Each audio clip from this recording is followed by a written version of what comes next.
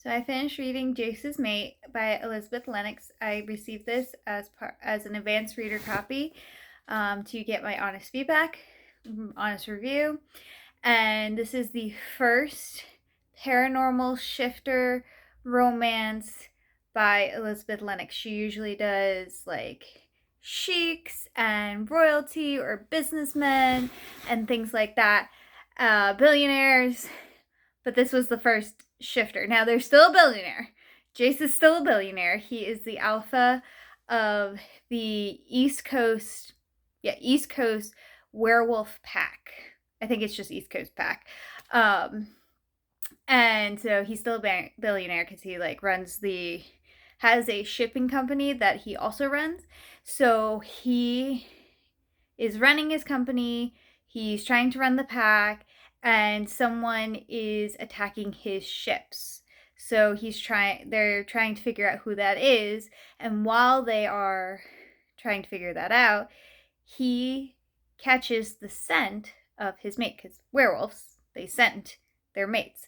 Or at least in the shifter world they do. So now he's also like, wait, mate, I need to find. So he's got a lot of things going on.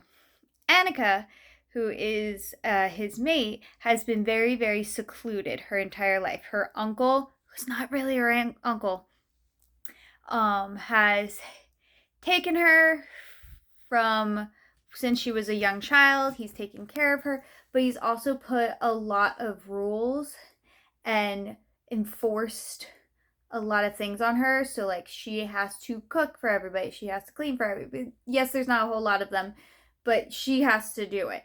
She also is constantly told to take her feelings and repress them, the feelings of the wolf inside of her. So she actually doesn't even know that she's a shifter. She just knows that there's something going on and she has to control it. That is just like, she has to control it because of her uncle. So she goes out with a bodyguard to, I think they were going grocery shopping, because again, that's like all she's allowed to do. And she catches a whiff of Jace on like the wind or something. And so she's like, ooh, what's this? I'm confused. And then her uncle tries to tell her that she's going to be forced into marrying, and so she runs away. In which she runs and kind of like follows the scent to her mate. So then she finds Jace, and then, chaos ensues because, chaos for her ensues because, she's like, no, this is not real. I'm not a wolf. You're not a wolf. Mates are not real. Like, total, like, change, complete confusion. And so Jace has his hands full, because not only does he have to like get her to understand all of this, but also like she's gonna test him quite a bit, because the way he is very protective. So he's like, no, you can't do this. No, I don't want you doing this. And so of course she's flashing back to her uncle, being like, he's telling me what to do. I don't want people to tell me what to do anymore. And it's coming from a different, I know it still seems but he's an alpha, so it's coming from a different perspective in a different area, and from like a more caring aspect than the other one, but like, trauma. So he's got his hands full, because she's of course gonna be like, no, I'm gonna start standing up for myself.